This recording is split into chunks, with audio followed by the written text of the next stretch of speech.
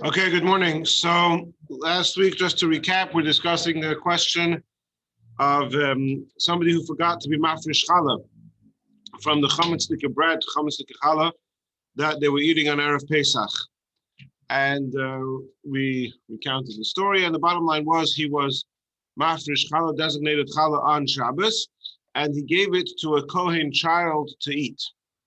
Now, I'll confess that when I first heard the story, the part of the story that sounded the most outlandish or unusual was the fact that he gave Kohen to challah to eat.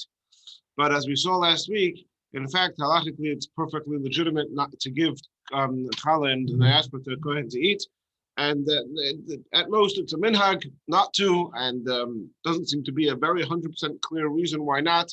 It seems to be just in case his Kohanic lineage is not 100%, even though in all other areas of halacha, we don't seem to be too concerned for that. But anyway, that's a fact. However, as we'll see today, it's actually having challah in designating challah on Shabbos that is the bigger issue.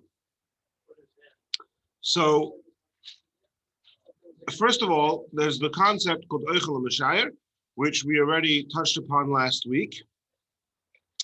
But let's just see inside a couple of the sources. Okay, so the sources that I have in English are on the handouts. This is not in English, so if you want to follow in Hebrew on the screen, you can. So the Shulchan Aruch Paskin, Chal is chutz laaretz, Chal in the diaspora. If you want to first eat the challah, eat the bread, and then eat, and then let's try and use the word bread for bread, and use the word challah only for the challah that you designate, that you're mafresh from the challah. So to make sure we're not confusing our terms, right? So the if you want to eat your bread, and afterwards designate the challah. Now this is not talking about Shabbos. This is talking anytime. Strictly speaking, in the diaspora, if you want to first eat and eat b'mafresh challah later, that's fine. Because it's only midrabanan, it's not necessary to do more than that. And there's machlokes rishonim how you do it. Rashi seems to hold that oichel mashayir means that you have a loaf of bread, you eat it, you leave over a piece, and the piece that you leave over is the challah. But Tosfos says no, you have to leave over a little bit more and separate from the piece that you've left over that which will be the challah. In other words, you can't have the challah just becoming challah automatically. There has to be an act of separation where there is something that remains and you remove and you take away a piece that's challah and there's something left over. Now we pass like Tosfos, as the Rabbi says over here, you have to leave over a little bit more than the amount of challah that you're going to designate. Now, there are various ways of understanding how this oichel mashayir mechanism works. Even in the Rishonim, there's different ways of understanding. But it was one very important thing which I want to point out, which is going to be relevant to our discussion today, is that the way the Alter Rebbe words it over here, and this is not unique to the Alter Rebbe, this is quite common understanding. I just brought one quote where you see this, is that the context is, well, why is it customary not to do this, right? So the halacha is that you are allowed to eat and be mafresh challah later. So why is it customary not to do this? So there's two reasons brought in Pasuk why not to. So one reason the Alter Rebbe brings in Siman Reish Samach, where he says that even though, okay, so let's give the context. We're going to revisit this in a moment anyway. So there's the Mishnah in Masechta Shabbos, which is Pasuk in the halacha, that there are a number of things which a person must say in his house before Shabbos. On Friday afternoon, before Shabbos comes in, a man is obligated to check up on various things. And one of the checks, so he has to make sure, have you lit the candles? Make sure that it has to be light tonight. Nowadays that maybe you could say it's included. You see the lights are on. You don't need to, it's not about. But those days when that's what they were relying on the candles for the lights, so I had to make sure. One of the things he has to say is, did you separate challah? And the Alter Rebbe says that even though nowadays in Chutz La'aretz you are allowed to eat bread even before you were mafresh challah, and you be mafresh challah after Shabbos, nevertheless, it's still a good thing to make sure that to do this mitzvah before Shabbos, that to make sure that everybody's been mafresh challah, because so he says, because even though challah chutz la'aretz you can eat and leave over for later, nevertheless the minhag is to be mafresh challah before you eat. Why? Shema yishkach, in case you will forget. So the first reason why we don't do this, why in fact the custom is that we mafresh challah before we bake it, before anything you mafresh challah, the reason is because we're concerned you might forget. We'll see soon another reason. And then he says, that if you forget to separate challah, then it will have turned out that you have retroactively, you have eaten tevel. Tevel is the halachic terminology for food that challah has not been taken from, or grain that teruma, that the tithes have not been separated from. So the Alter Rebbe says here very clearly that if you eat the bread and later on you forget to leave over a part to designate challah from, you will have retroactively eaten a tevel.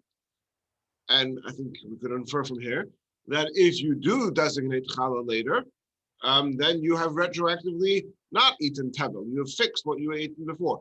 Then we'll see soon that Rabbi Shlomo Zalman Auerbach has possible different ways of understanding it, but certainly the halacha, the Alter Rebbe makes it very clear that by designating challah later, you've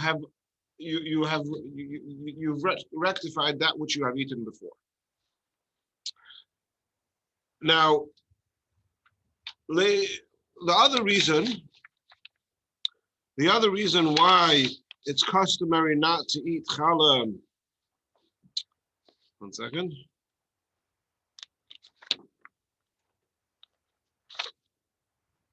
We'll see that soon. Okay, so but back to the strict halacha. The strict halacha is clearly that you can eat the bread and be mafresh challah later.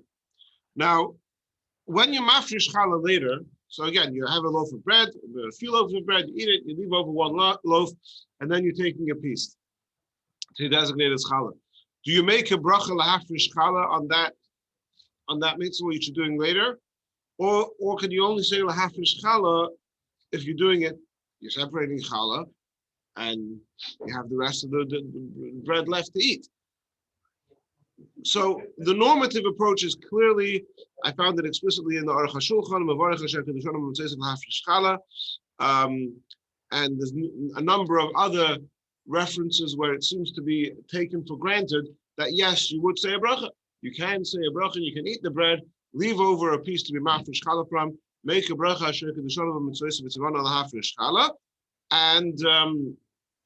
and then designate the challah. And I assume that, for example, last week we had the story of the Grudzinski's bakery where the rabbi comes in later to be mafresh challah. I would assume that that's in fact what he does, that he does it with a bracha. The reason I mention this is because I saw that Rabbi Shlomo Zalman Auerbach, and this is quoted in Shmir Shabbos K'Halacha, and it's quoted in Shulchan Shlomo also. Rabbi Shlomo Zalman Auerbach said maybe you don't say a bracha, and he gets into the details of exactly how hafrashas challah post facto, how the mechanism works. But I think that in practice, it's fairly considered fairly standard that you would say a bracha lahafresh challah when designating challah after the fact. Yeah, so he wants to say perhaps even according to Tosfos. Yeah, I mean, it's totally. Yeah, but it's either way we pass on Tosfos. I'm just pointing that out because we're going to get back to it later. Okay, now. So until now, what we've spoken about is nothing to do with Shabbos. This is any time of the week, any time of the year. You can eat challah, you can eat the bread and be mafresh challah later, although the minhag is not to do so, and we saw one reason why the minhag is not to do so.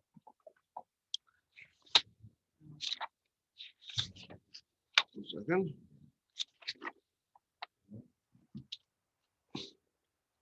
So Rabbi, what makes challah challah?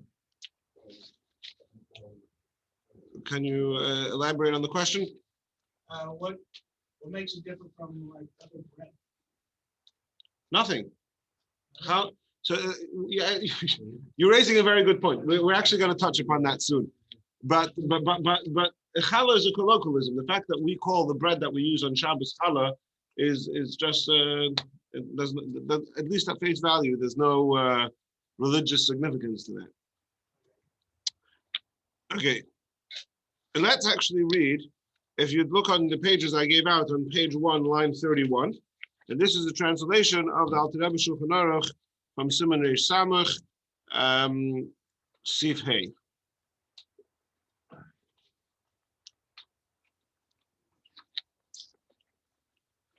So it says like this: close to nightfall, before Ben Hashmashas, a man must ask the members of his household whether they have separated the tithes from the produce necessary for the Shabbos, because one may not tithe on Shabbos. Even in these countries where the obligation to tithe does not apply, it is desirable to ask, right, because we don't take tithes from produce in America. Nevertheless, it is desirable to ask whether challah was separated, because challah may not be separated on Shabbos. Now, true, challah from the diaspora need not be separated before one partakes of the bread. Instead, according to the law, one may proceed and eat, leaving over a small amount from which challah could be separated after Shabbos. Nevertheless, as an initial preference, it is customary to separate it before eating, lest one forget later on, and thus consequently the outcome will be that we will have eaten tevel retroactively, right? And therefore, the Alter Rebbe is telling us that we should indeed make this announcement, a reminder at home every Friday before Shabbos to ask your wife, did she separate challah? Now, according to this understanding, we'll come back to this in a second. I just want to point out now, then there's another reason why it's customary not to rely on the Eichel Mashai nowadays, which the Alter Rebbe brings in Siman Tov Nun Zayin, and I think you also have the English of this, on page 2, line 9. Moreover, this is from Siman Tov Nun Zayin Sifid Beis. It is pious conduct to be stringent and to separate challah from all the matzahs that come from. So here it's talking about separating challah on Pesach. And he's talking about a case where you baked it and there were different amounts of the dough, the different sizes of dough, and later on you bring all the baked matzahs together so they become like one entity. So there's a concept of min hamukaf. Min hamukaf means that whatever you separate challah or take truma for that matter, all the produce which you are separating the challah for, separating the tithe for right now, has to be present right there. That's called min hamukaf. I can't separate a tithe over here for produce of mine that's down the block. I have to be right there together. Now, strictly speaking, that does not apply to chalas chutz la'aretz. It means in the diaspora, you can separate challah shlei min hamukaf. So I can have a dough. If I make a big dough, I'm not talking about where you have separate doughs and you combine them afterwards. You made one big dough, and then you have one in this kitchen and one in that kitchen. So strictly speaking, you can designate challah from one of the kitchens, and that covers all the challah that you have even in the other kitchen. Even once they're separated. Yes. Nevertheless, he says that it's a midas chasidus, stringency, that even in separating or designating challah in the diaspora, it should be min hamukaf. Right? Now, if you want to do the stringency of eating challah min hamukaf, then you can't have the leniency of eating and then designating challah, because once you've eaten it, it's no longer min hamukaf. It's not there anymore, right? You can't eat your challah. You can't have your cake and eat it, right? You can't eat your bread and designate challah afterwards min hamukaf. If it's not good enough, if it's in another room, then certainly it's not good enough if you've eaten it already, and you may have eaten it already a week ago.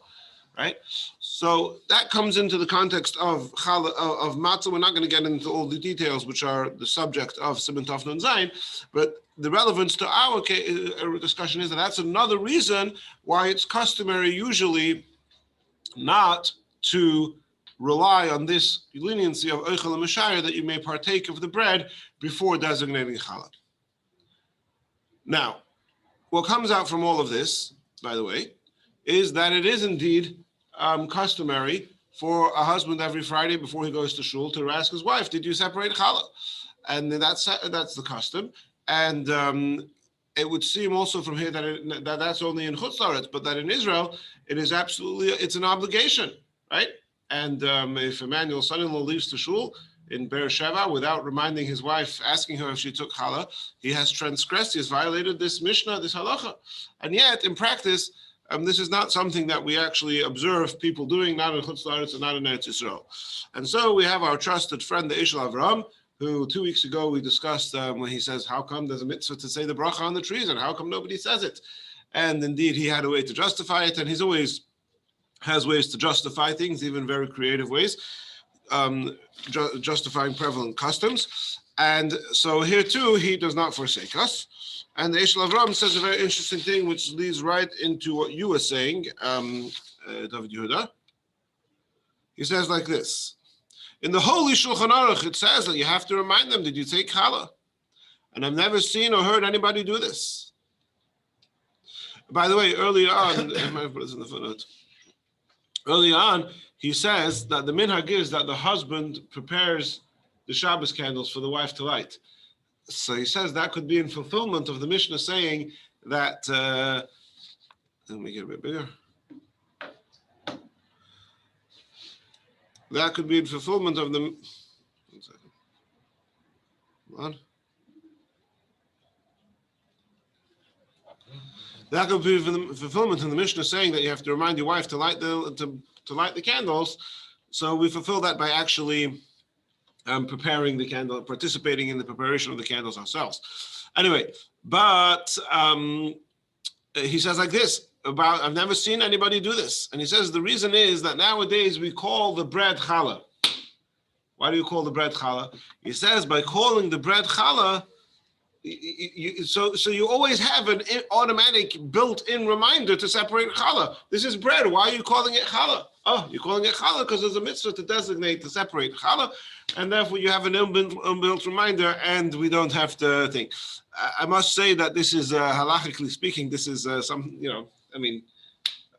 all of us have been calling challah for many years, and it never even occurred to us that this is the reason. And in fact, it's ma'aseh b'chol yom that people do indeed forget to be mafresh challah. But nevertheless, the Eshel Avraham has this limud zchus, justifying and indeed testifying that in practice nobody does this. Okay, just before we continue, a chassidish ma'aseh.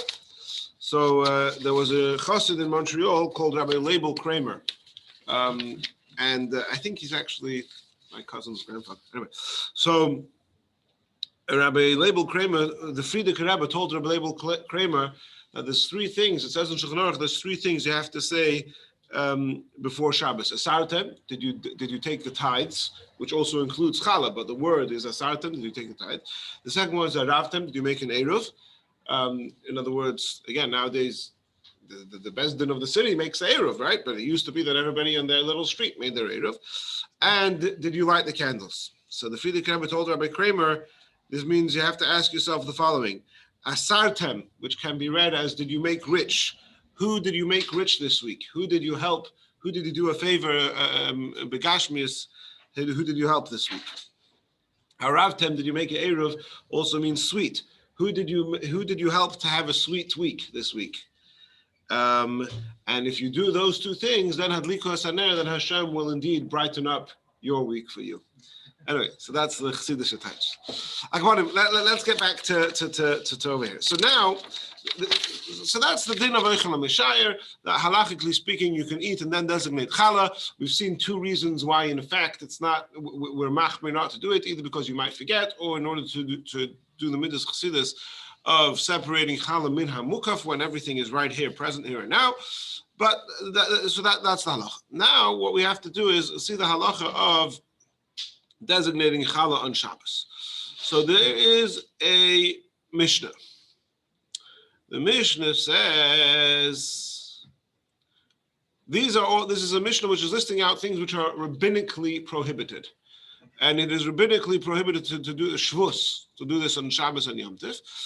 And one of the examples is loy magbi and truma amaisa. You're not allowed to designate the various tithes. Now it says truma and maisa, but it includes also challah, presumably. And the Gemara Mishnah says kolela b'yom tov amru. These all these laws of not betrothing and including not designating truma and maisa apply on Yom Tov. Kal v'chayim and Shabbos, and certainly they apply on Shabbos. And then the Gemara says like this. So why are you not allowed to designate Truma and Mais on Yom Tov? So this is a derivative of Makeh B'Patish. Makeh B'Patish is the final of the 39 melachos of Shabbos, which means literally means the blow with the hammer, but it means the finishing blow where you make something fit for use. So this produce, which you did not take the tithes from, is forbidden to eat. You designate the tithes, you have now created the masakin, you have fixed it, you have made it fit for use.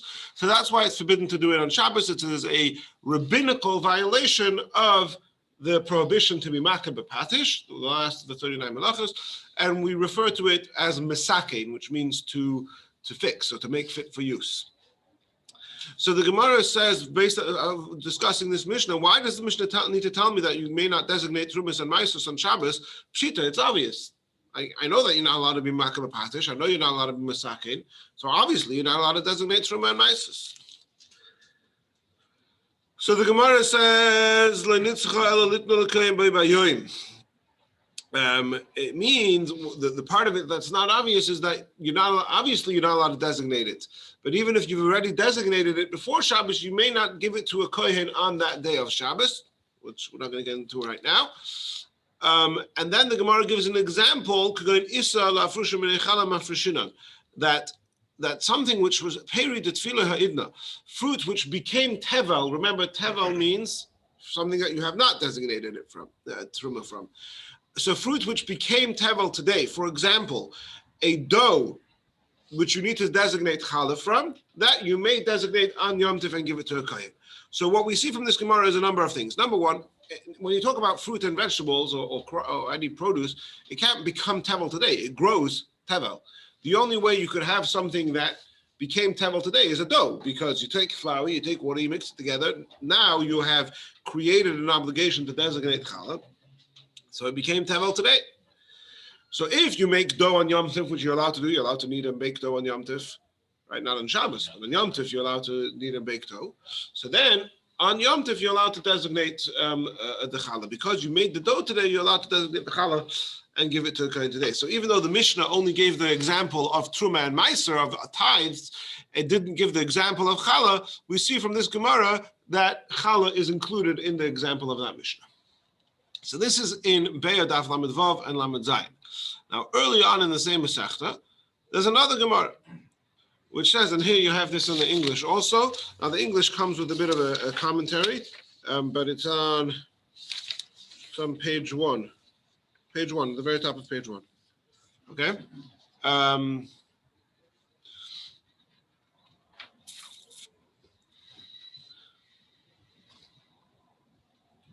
Amar Rava.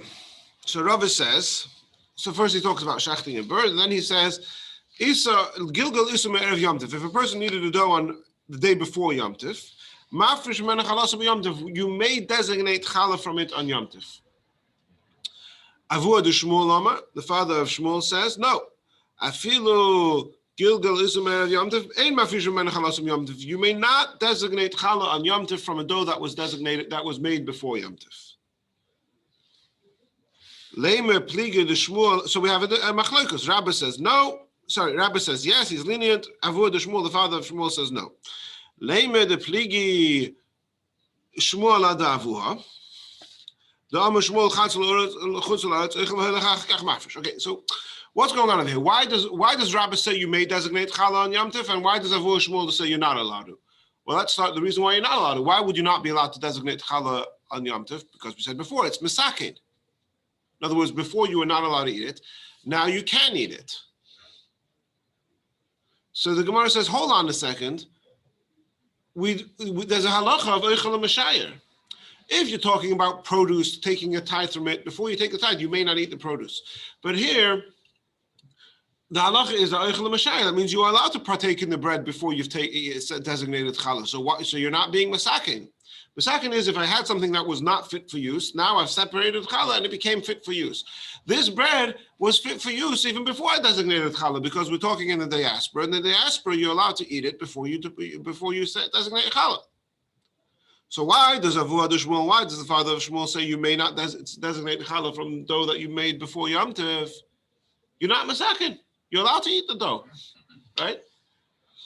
Is it tzitzis we're talking about? Yeah. So the Gemara answers no. True, you're not allowed to designate. You're allowed to eat the dough before. You're allowed to eat the bread before you designate challah and chutz la'aretz. But if you do designate challah before you eat it, it still has the status of challah in that, for example, it would be forbidden for a non-Kohen to eat it. So, in other words, you are creating an entity of challah, of truma, and therefore it is included in the all-inclusive law that we saw in the Mishnah before, that you may not designate trumas and maestros or tithes, or including challah, on Shabbos and Yom Tov. Okay, now there are various ways of understanding the Gemara, and I'm not going to go through all the Rishonim inside. What I want to do is, you have on the first page of the handout, you have this chart. Anybody wants the, sorry. Let me see if I can get the chart up on the screen over here. I think I also have. I don't think I have the chart on the screen, so you guys following by screen will have to bear with us over here. Okay.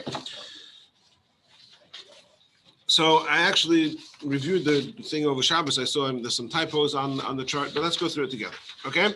So first we have the opinion of Rabbi, who is lenient, and he says that you may designate challah on Yom Tov, even if the dough was kneaded before Yom Tov. So Rashi explains like this. He says there was never any decree against separating challah on Yom Tov. What that means is,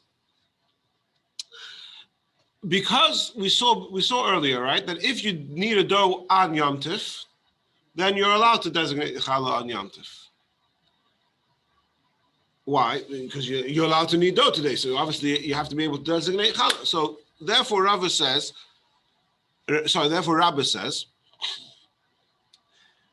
that we see that the Chachamim never made a decree against taking challah on Yom Tov. When it says in the Mishnah, we don't take trumas or maasros on Shabbos,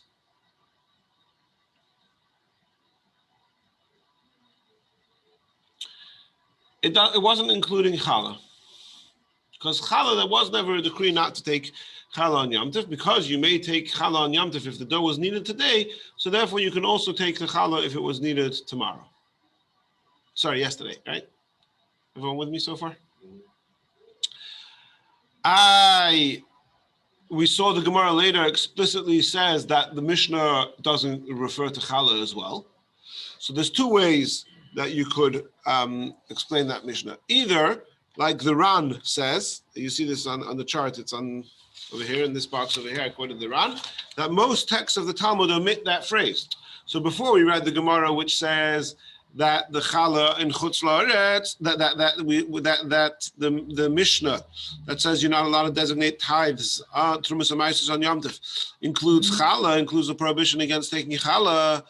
But the Ran says that's not a legitimate text of the Gemara. That Gemara doesn't belong there, and therefore, according to Rashi, that's it. There is no decree ever against taking challah on Yom Tov. Alternatively, you could say that Gemara is talking about the Mishnah.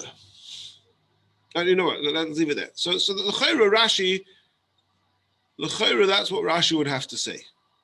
That there's no Rashi must not have that Gemara, and b'meila, yeah, it's almost explicit in Rashi that he doesn't have that text of the Gemara. So according to Rashi, there is no prohibition at all against taking challah on Yom Tov. Now, point to ponder is. Sorry, let me just finish this. According to Rashi, Rabbi says there's no prohibition. And then the father of Shmuel says, no, there is a prohibition. Why? Because if you need the dough on Yom Tov, so you have no choice, you mafresh challah. But if you made the dough before Yom Tov, then you had a choice to separate challah before Yom Tov. So the fact that you forgot or didn't get around to it, to designate challah before Shabbos, no, we're not going to let you do it on Yom Tov. Okay, that's Rashi. How does Rashi paskin? So Rashi in the Gemara doesn't paskin, but the Torah quotes Rashi. He paskins l'chumra. He paskins stringently, like the father of Shmuel, that in fact we may not designate challah on Yom Tif. So he have the lenient opinion of Rabbi, and Rashi paskins like the chumra opinion of Avodah Shmuel. Now, l'chayra. One second. Now, what would Rashi is talking about Yom Tif? What would Rashi hold about Shabbos? Because remember, our question that we're talking about wasn't Yom Tif; it was Shabbos. Now, we saw in the Mishnah before that it says Kol Yom Tif Kal V'Chayim b'Shabbos. That anything that applies to Yom Tif certainly applies on Shabbos. So that if there's a prohibition to do it in Yom Tif, there's a prohibition to do it on Shabbos. But here we're saying on the contrary, there's a permission to do it on Yom Tif, because you may anyway designate challah on Yom Tif if you needed the dough today. Now, on the one hand, you could say, logic could tell you, look, Rashi, it's Yom Tif. On Yom Tif, there is sometimes permission to designate challah if you needed the dough today. So therefore, we say that permission will apply to all cases, even if you needed the dough yesterday. But on Shabbos, there's never an opportunity to knead a dough on Shabbos. You're not allowed to knead a dough on Shabbos. So you could say, no, it doesn't apply. And therefore, it's possible to say that Rashi would hold that even Rabbi, who is lenient on Yom Tif, would be strict on Shabbos. That's one option. Alternatively, no, because Rashi is saying when the Mishnah says that you're not allowed to tithe on Shabbos, on Yom Tif and Shabbos, that word tithe, it refers specifically to Trumas HaMaasers, and it doesn't include designating challah. There was never such a prohibition made, and therefore, if you have that understanding in Rashi, the Rabbi's lenient opinion, according to Rashi, would apply on Shabbos as well. Okay, so that's two ways of understanding Rashi's Rabbi's lenient opinion according to Rashi.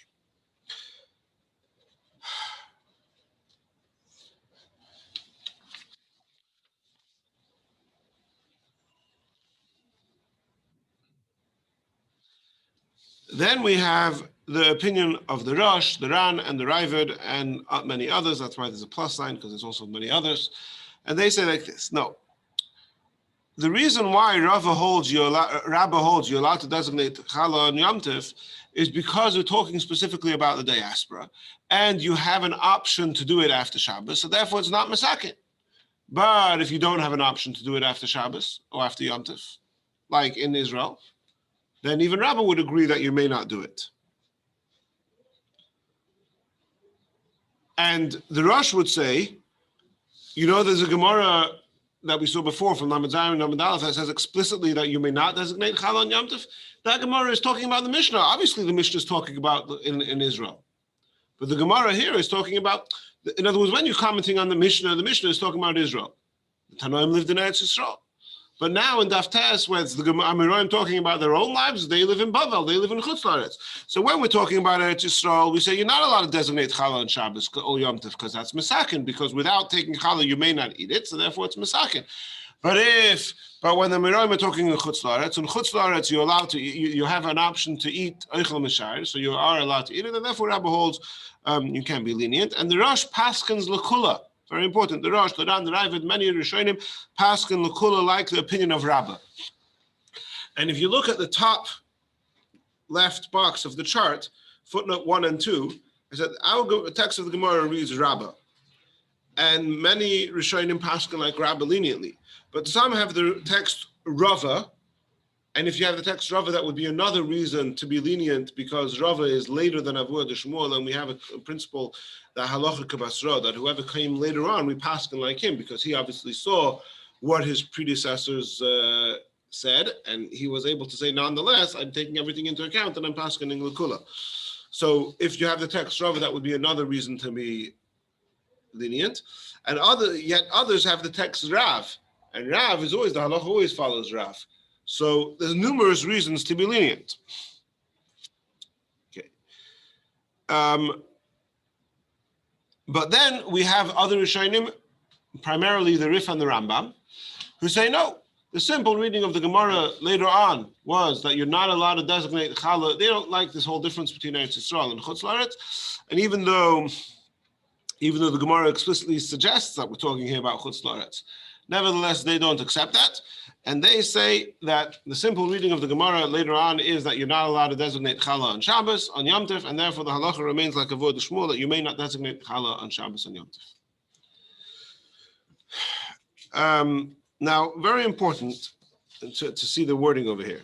The Torah, which is the immediate precursor to the Shulchan Aruch, he brings all these opinions, and he says, since there's a machloikas, Nachain, it's better to be machmir, not to designate Challah. Why?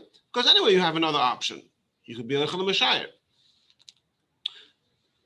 So the Torah, he's like, you have a machloikus. You have the Rosh and the Ran, the Raavad, and many Rishonim who hold that you're not allowed to designate Challah on, that you are allowed to designate Challah on Shabbos, on Yom Tov. Then you have the Rif and the Rambam and many others who say you're not allowed to. So anyways, Sukkot can gelt. It's not a big deal to be machmir. So don't designate Challah on Shabbos Yom Tov and eat and leave some over and designate it after Shabbos. It's no big deal. So therefore you should be machmir. That's the way the Torah says it. But the way the Shulchan Aruch says it, he doesn't have that sort of ambivalent, if you will, wording like the Torah has. He just puts it straight and simple. On Shabbos, you may not designate. On Shabbos and Yom Tov, you may not designate Challah. A few other points that are important before we continue the discussion.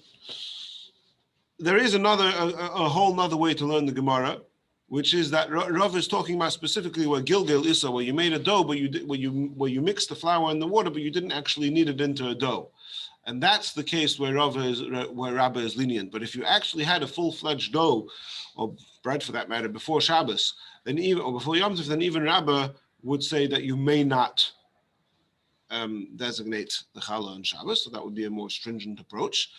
And then there's also very interesting a Meiri who says that he gets into a whole long discussion, but the bottom line is, and I brought that on the bottom of the page of the chart.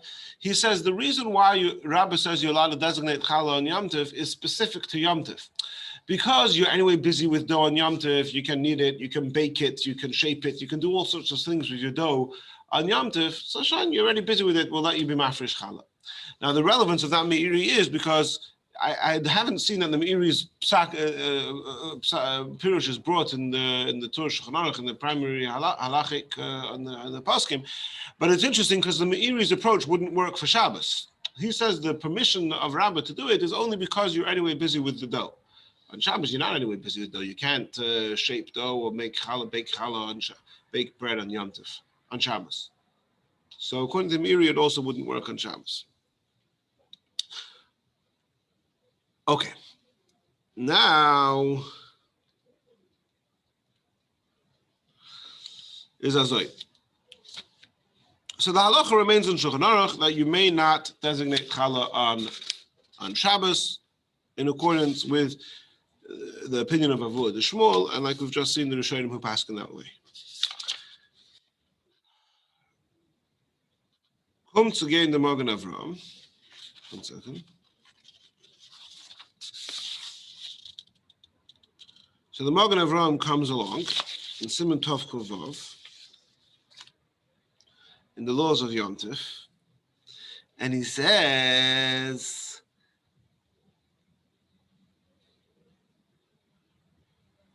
Shulchan Aruch says that if you have Challah on Yom Tov and you didn't designate, or Shabbos for that matter, and you didn't designate Challah, no problem. Eat the bread and designate Challah after Shabbos. Leave over for after Shabbos and designate Challah for after Shabbos.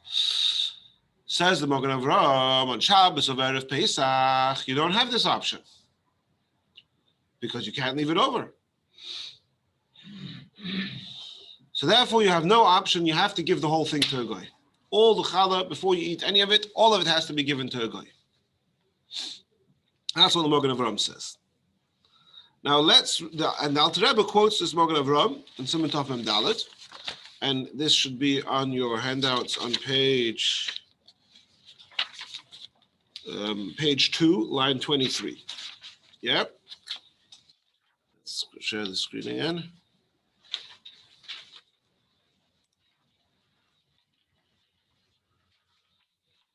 The following law applies if a Jew forgot to separate challah on Friday from the bread that is chametz that he baked for this Shabbos, and did not remember until night fell on Friday.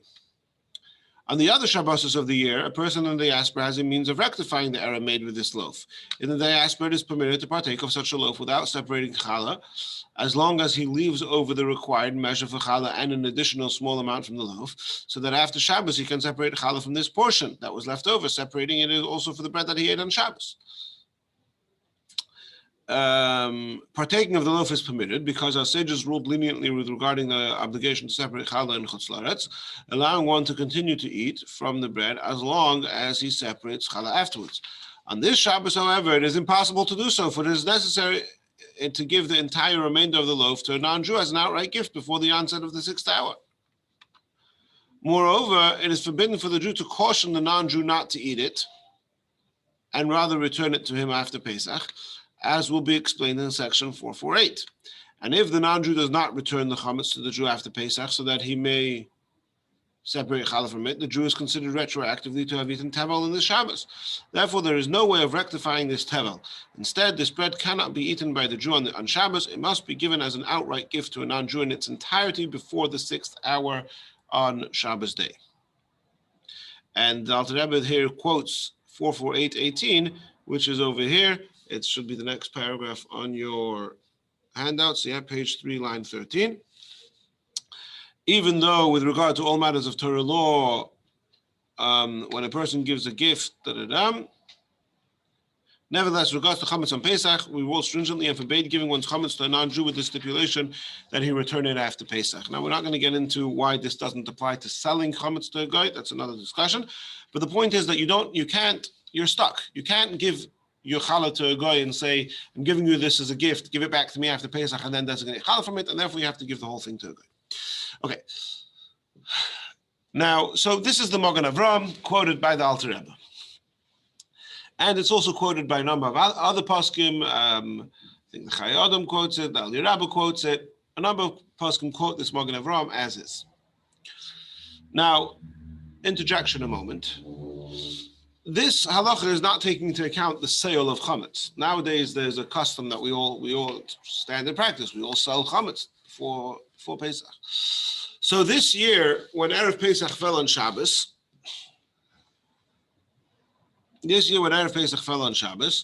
there are a number of different ways to sell the chametz to a guy.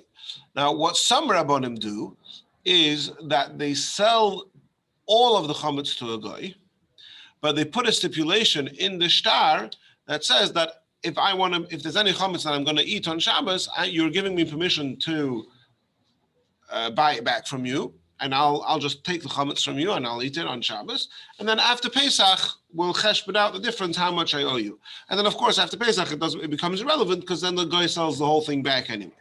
So there are some rabbanim who do that. So now we could debate, and there's a lot to be said about this, about how, in this situation, right, where a person has challah on Shabbos, he sold the whole thing to a guy before Shabbos, and now I'm borrowing some of it to eat for the meal, but I'm not borrowing everything. I'm leaving another loaf in my freezer, and I'm going to designate challah from that Shabbos, from that challah after Pesach.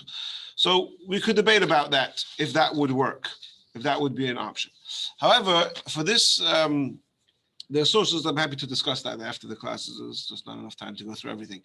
But in this particular case, that was irrelevant because this was here in Chicago, and the Rav over here, Rabbi Hurwitz, the way he sold the chametz was that he sold it to the goy before Shabbos, and he stipulated that any chametz that we want to eat on Shabbos is not included in the sale. So here, that was irrelevant. The challah that he left out for Shabbos was not included on the sale. In fact, and I'm not even sure, it's possible that he made the challah on Friday afternoon after the sale was made, so then it's for sure no good, right? But let's even say he made the challah before, l'maisa, it was not included in the sale. So there's no option of giving it to a goy, says the Magen Avraham, too bad. Now, numerous poskim have major problems with this Magen Avraham. And I'll just go through this. I think the three main problems that the questions on this Mogen Avram. Number one, they say, how could you give it to a guy? You're not allowed to give. It's tevel. Tevel is also bahano. You're not allowed to have any pleasure, any benefit from tevel. Just like you're not allowed to benefit from chametz on Pesach, you're not allowed to benefit from tevel ever. So you're not allowed to give chametz as a gift to a guy on Pesach. The Alter Rebbe said you have to give it before the 6th hour, before the prohibition of chametz starts, right? So you're not allowed to give a gift of tevel either. So how could you give the whole thing to a guy? That's a question for Rabbi Akiva on this Mogen Avraham. Another question, which I saw the Korban Nesanel asks this, and Rabbi Yaakov Emden asks this. They say, once you have a dough that you've made under Jewish ownership, this dough, now you have an obligation to designate challah from this dough. How does it help you to give it to a guy? You still, okay, so you haven't eaten tevel, but you still have an obligation to designate challah from it.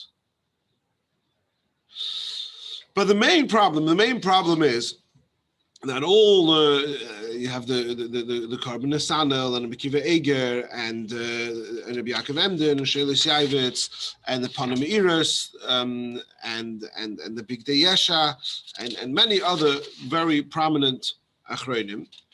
They all say that this whole thing that we paskin, you're not allowed to designate challah on Shabbos, is only because, like the Torah said, it's good to be machmer because you have an option to do it afterwards. Right?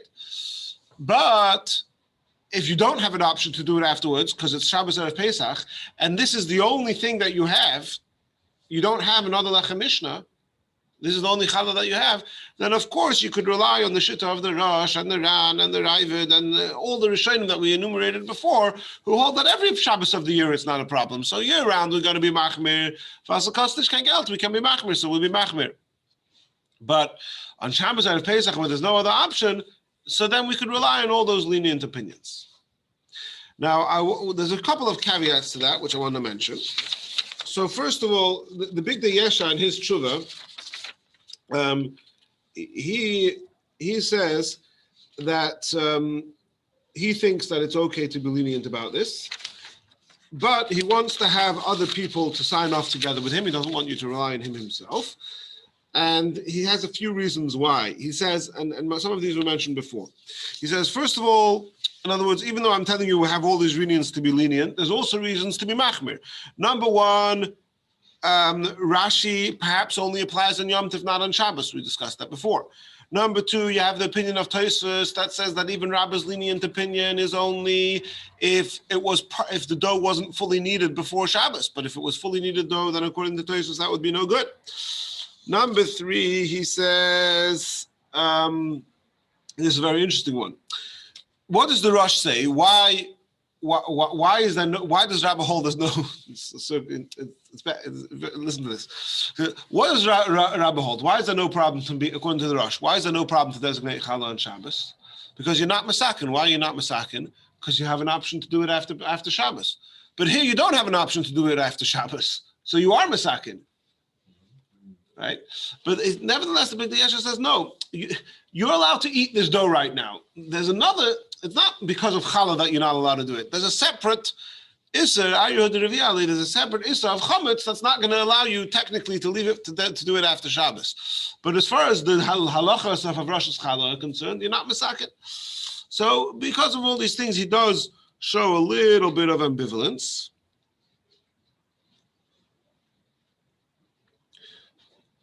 But even the Big Day Yesha seems to be lenient about this. Now,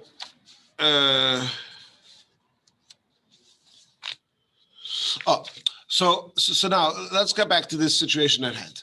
The Alter Rebbe is machmer. The Alter Rebbe is machmer like the Mogen Avraham. However, the Alter Rebbe is talking about before you ate any of it. He says, don't eat any of it. Just give the whole thing to a guy, right? Now, so we have many. Why is the Mogen Avraham so strict? We have the Rabbi Akiva Eger and all these achronim who say no, we don't need to be so strict. Lamaisa, if we follow the psakim of the Alter Rebbe follow pasuk like the Mogen Avraham, we have to be machmir. However, I think it's very reasonable to say, and this is indeed what the Baal HaMaisa did, he says, good, Alter Rebbe is only talking about before you ate any of it. But once I've already eaten it, if I don't designate challah from it now, I'm going to have violated the Isser of Tevel. I'm going to have eaten Tevel.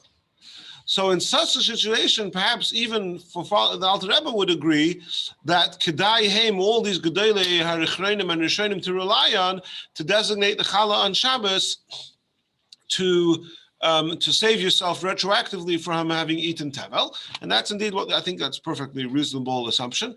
And that's what indeed this person did. He designated Challah on Shabbos and gave it to the Kohen Katan to eat. I should mention though that before I asked the question, B'chlal, do you have to, whenever you're Eichel Mishayir, not on Shabbos, during the week, do you make a bracha lahafresh challah? And they said the pashtus is that, yeah, you always say bracha, but the normative psak is that you would say bracha lahafresh challah when you're Eichel Mishayir. But here, there may be a reason not to say lahafresh challah. And this is, Rabbi Yaakov Emden's Shuva is very interesting. I wish I had more time to go through it, and he is very sharp about it.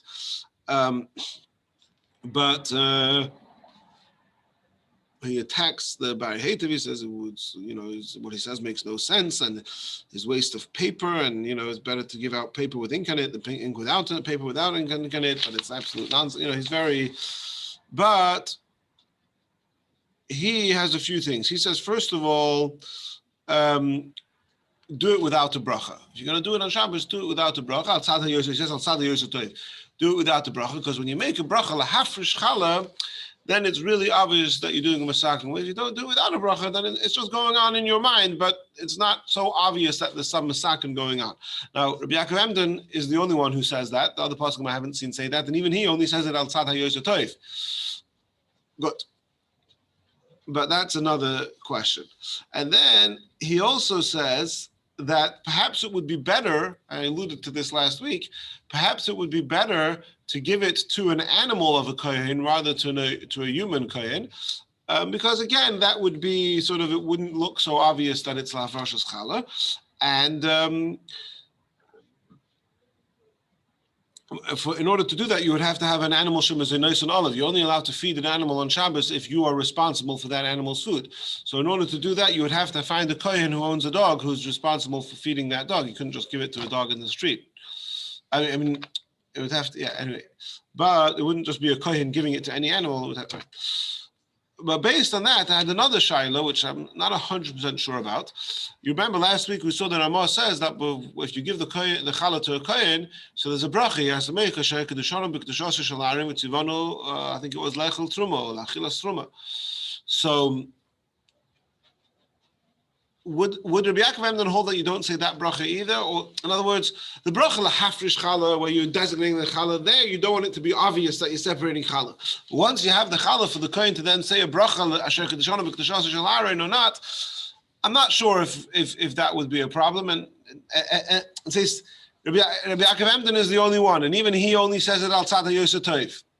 And he's not talking about the bracha. He's talking about the bracha lahafresh challah. So to then take his al tzad hayoser toif a step further to say that the kohen katan shouldn't say the bracha asher kedushanim b'kedushas shalarim, I think it's far fetched, but it certainly it can be said. Yes.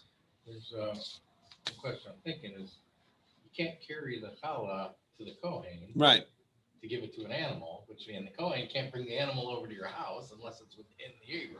Right, yeah. So all of that has to fall into place. In this particular case, the guy actually had a kohen in his house. So It's not the kohen's animal. right, no, yeah, you're 100%.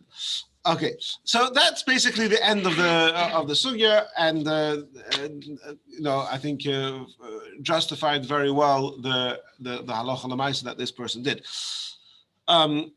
I want to say one more thing, which is in the Lamdas, I found this a very geschmack of art. If you don't follow this, it's totally fine. It's not sort of in any way necessary to the flow of the thing. He says like this: the Big Day Yasha, in his whole discussion, he brings a Meri de Kechap. He says like this: the Rabbi was Mekel in the Gemara. He says you're allowed to mafresh challah on Shabbos. Why? So the pashtus, the reason you would say, which is what the Rosh and the Ran and most of the Rishonim say, because it's not masakin. Why is it not masakin? Because you have an option to be eichel mashayir. Rashi says this other thing. Rashi says no, that because as an eitzah, because if you need a dough on Yom Tov, you're allowed to be mafresh challah. So Mamela, we're going to say that Chazal never made any takana against being mafresh challah on Yom Tov, and Mamela, there's no problem at all. Why does Rashi need to say something such a big chiddush? Why doesn't he just say like all the others? So the Big Yesha, it's pashtavat once you know the information, but the Big Yesha spells it out. The Torah brings from Rabbi Chaim b'shem Rashi that you're not allowed to be mafresh challah on Shabbos. You're not allowed to be eichel mashayir either. Eichel mashayir is also misakin.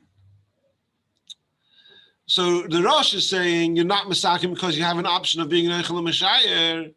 That doesn't work according to Rashi because he holds that eichel mashayir is also misakin. If you leave it over, right? Which may be connected to the shita of Rashi that holds that you only leave over the exact amount that's challah, not that you leave over extra and to separate from that challah. But because Rashi holds that the way Eichel Mashai works is that you leave over the challah, and Mamela leaving it over is no better than being mafresh challah behedya. So you don't have an option to be mafresh challah on Shabbos, so you are real masakin. So therefore Rashi is cornered into this place where he has to come up with a new reason why Rabbi would be lenient, and he says that Rabbi holds there was never a decree against being mafresh challah on Shabbos or on Yom Tov al Kaponim because if you needed to do on Yom Tov, it would be mutter. Okay, so that brings to a close this discussion, which I found absolutely fascinating, and. So, one second, let's finish the recording.